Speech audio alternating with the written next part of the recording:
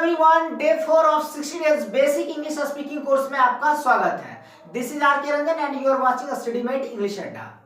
So guys, आज है English speaking course का चौथा दिन और गाइज आज के दिन हम लोग सीखने वाले हैं सिंपल पास्ट टेंस और past indefinite tense. Okay guys, इससे पहले हम लोगों ने ये सीख लिया है कि अफर्मेटिव सेंटेंसेस क्या होते हैं, निगेटिव क्या होते हैं, इंट्रोगेटिव क्या होते हैं, और गाइज साथ ही ये भी सीख लिया कि प्रेजेंट इंडेफिनिट टेंस या फिर सिंपल प्रेजेंट टेंस क्या होता है। ओके गाइज, और आज गाइज क्या चौथा दिन है इंग्लिश स्पीकिंग का और आज हम सीखने वाले हैं past indefinite tense. Okay guys, तो चलिए गाइज, पास्ट इंडेफिनिट की पूरी जानकारी पाने के लिए मेरे यूट्यूब चैनल को सब्सक्राइब करें एंड बेल आइकन को प्रेस कर लें जिससे कि नए वीडियो का नोटिफिकेशन सबसे पहले आपके मोबाइल स्क्रीन पे पहुंचे। ओके सो गाइज, चलिए शुरू करते हैं आज के इस सेशन को।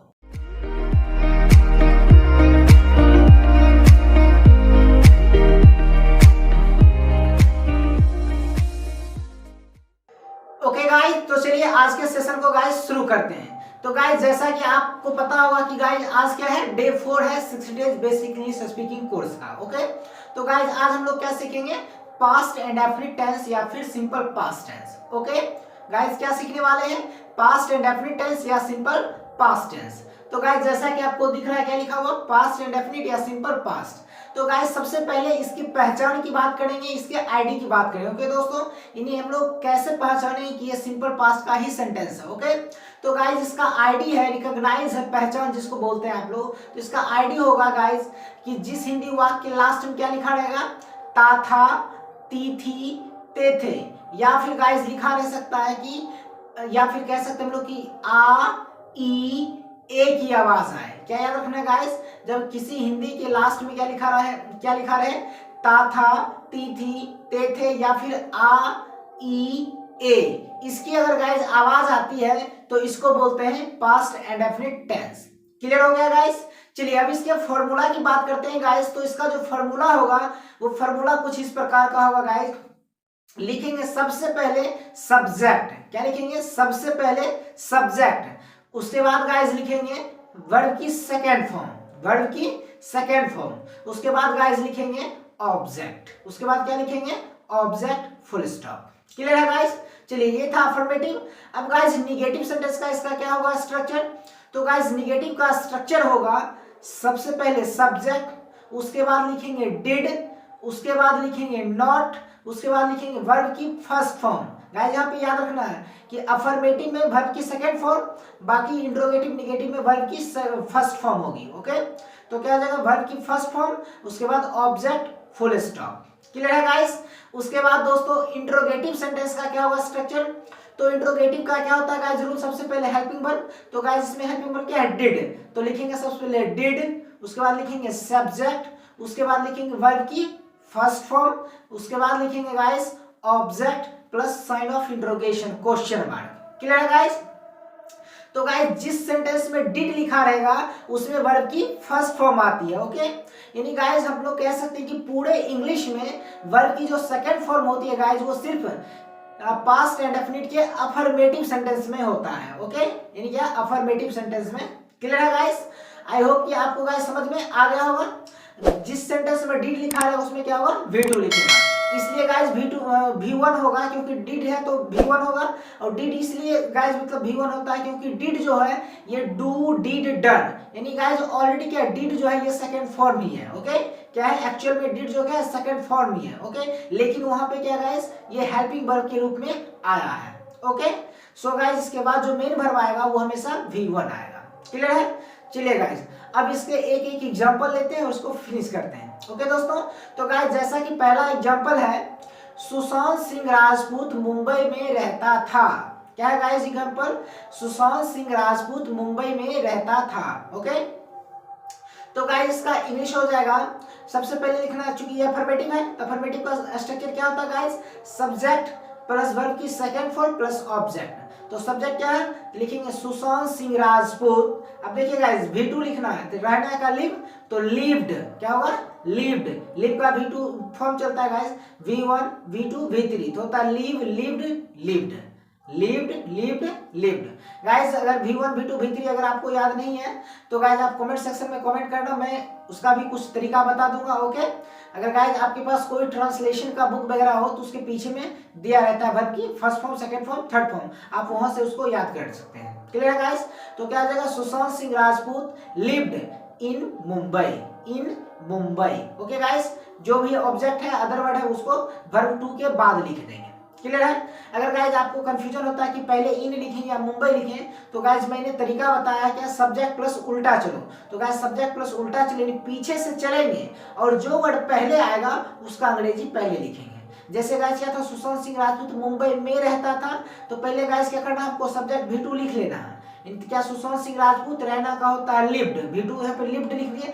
उसके बाद गाइस अब जो बचा है उसमें क्या करेंगे, पीछे से चलेंगे, जो पहले आएगा उसको अंग्रेजी लिख देंगे। तो पीछे से चलेंगे गाइस, क्या मे आएगा तो मे का होगा इन, अब मुंबई का होगा मुंबई। बात खत्म, सब्जेक्ट तो लिख ही चुके हैं पहले। क्लियर है गाइस?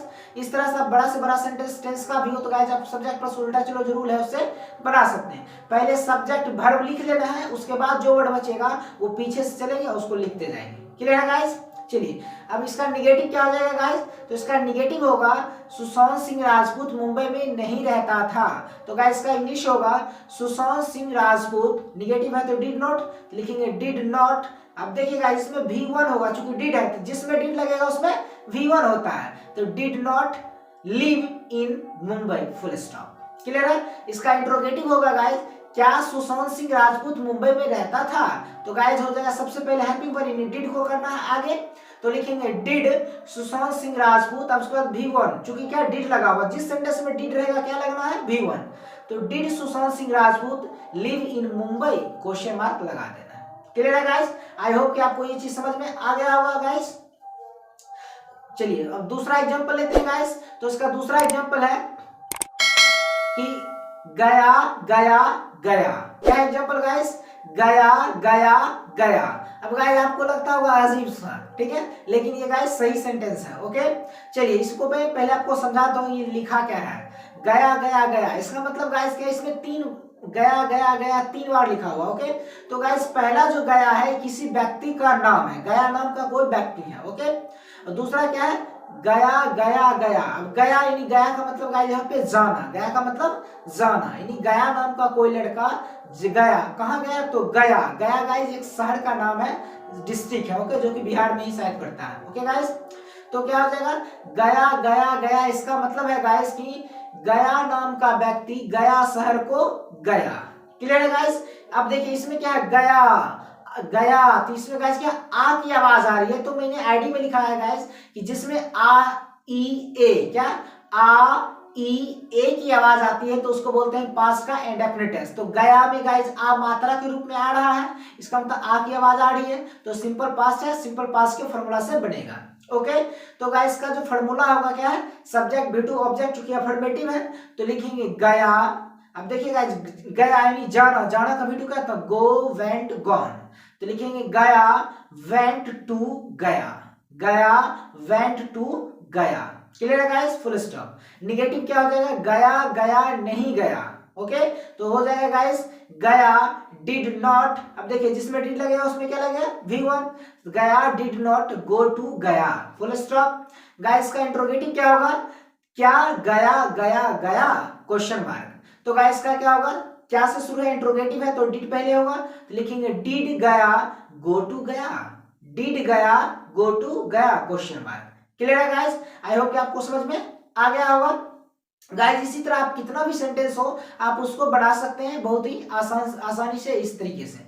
गाइस आपका क्वेश्चन होगा कि कल तो डे 3 वाले वीडियो में मैंने क्या कि सिंपल प्रेजेंट टेंस बताया था, आपको लगता है कि आज प्रेजेंट कंटीन्यूअस चलेगा।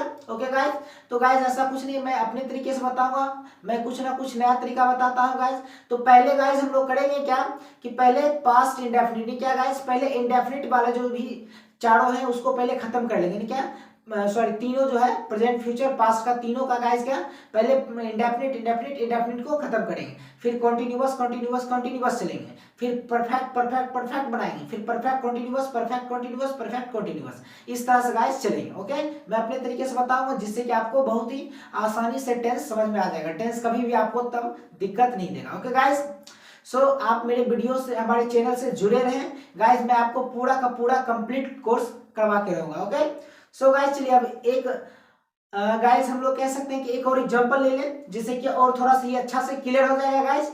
एक एग्जांपल दोनों के, ता था ती थी ते थे वाला और आ ई ए की आवाज आती, दोनों का एक एक एग्जांपल करवा दिया। चलिए एक एक और एग्जांपल करवा देते हैं गाइस जिससे कि बहुत ही आसानी से क्लियर हो जाए।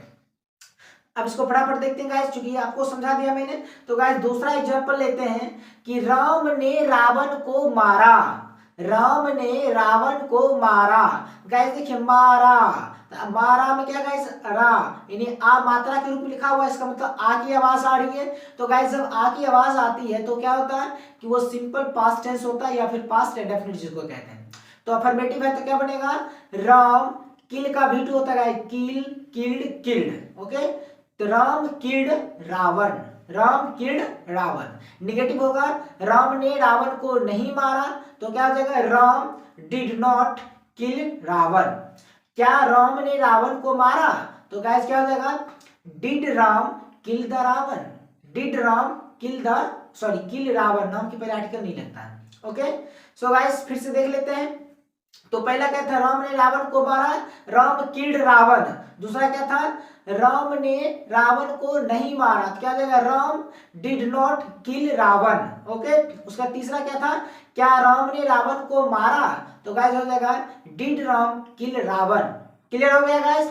चलिए एक और एग्जांपल लेते हैं गाइस, ता था ती थी ते थे वाला। जैसे कि गाइस एग्जांपल है कि बच्चा रात को रोता था, बच्चा रात को रोता था। तो देखिए गाइस ता था, यानी ता था ती थी ते थे, तो सिंपल का पास्ट टेंस या पास्ट इंडेफिनिट, तो इसका फॉर्मूला अफर्मेटिव है। तो क्या हो जाएगा कि बच्चा का गाइस चाइल्ड हो, चुकी एक बच्चा की बात हो रहा है तो लिखेंगे द चाइल्ड, द चाइल्ड। अब देखिए गाइस रोना का होता है क्राई। अब देखिए गाइस क्राई भी होता है और बीप भी होता है, दोनों होता है। ओके, तो गाइस ये पेड़ वाले वर्ड है, कंफ्यूजिंग वर्ड है, ये मैं आपको नेक्स्ट डे मतलब जैसे ही डे बढ़ेगा उसमें मैं आपको बता दूंगा। ओके गाइस, कि बीप कब होगा, क्राई कब होगा, क्योंकि दोनों का मतलब रोना होता है। तो गाइस बीप का प्रयोग हम लोग करते हैं जब कोई चुपचाप रोता है, बिना आवाज की, बिना साउंड की, विदाउट साउंड की, यानी सिसक करके जो रोता है उसको वहां पे बीप का प्रयोग करते हैं। जो चिल्ला करके रोता है, आवाज निकाल करके रोता है, वहां पे क्राई का प्रयोग करेंगे। गाइस बच्चा क्या होगा, जोर से रोएगा, तो लिखेंगे द चाइल्ड। क्राई का भी होता है गाइस, क्राई क्राइड क्राइड, तो लिखेंगे the child cried at night. The child cried at night. Clear है। निगेटिव होगा गाइस कि बच्चा रात को नहीं रोता था, तो क्या होगा, द चाइल्ड डिड नॉट। अब देखिए डिड लग गया तो V1, तो the child did not cry at night. क्या बच्चा रात को रोता था, तो क्या हो जाएगा guys, did the child cry at night, question mark. Clear है गाइस। आई होप कि गाइस आपको ये सारा चीज समझ में आ गया होगा।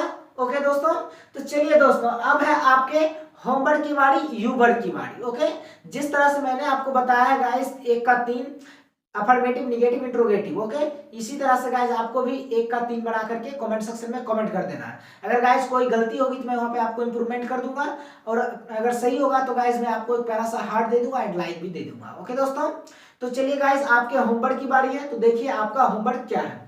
तो गाइस पहला होमवर्क है, एक राजा रहता था। एक राजा रहता था, इसका गाइस क्या करना है, 1 का 3 बना करके लाना है। क्लियर है। चलिए दूसरा एग्जांपल लेते हैं गाइस। तो दूसरा एग्जांपल होगा, हमने शादी में खाना खाया।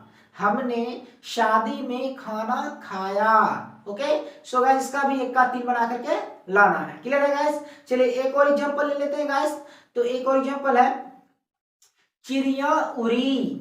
चिड़िया उड़ी। क्लियर है गाइस, इसका भी 1 का 3 बना करके लाना है। ओके दोस्तों, गाइस इसमें कुछ वर्ड्स हैं जो कि आपको नहीं आता होगा। ओके, तो चलिए मैं आपको इस वर्ड को लिख देता हूं। ओके दोस्तों, सो गाइस आई होप कि आपको आज का क्लास सही लगा होगा। ओके दोस्तों, अगर आज का क्लास गाइस आपको अच्छा लगा हो तो एक प्यारा सा लाइक देना और वीडियो को शेयर करना अपने दोस्तों के साथ। ओके, सो गाइस मिलते हैं नेक्स्ट क्लास में, तब तक के लिए take care and bye bye.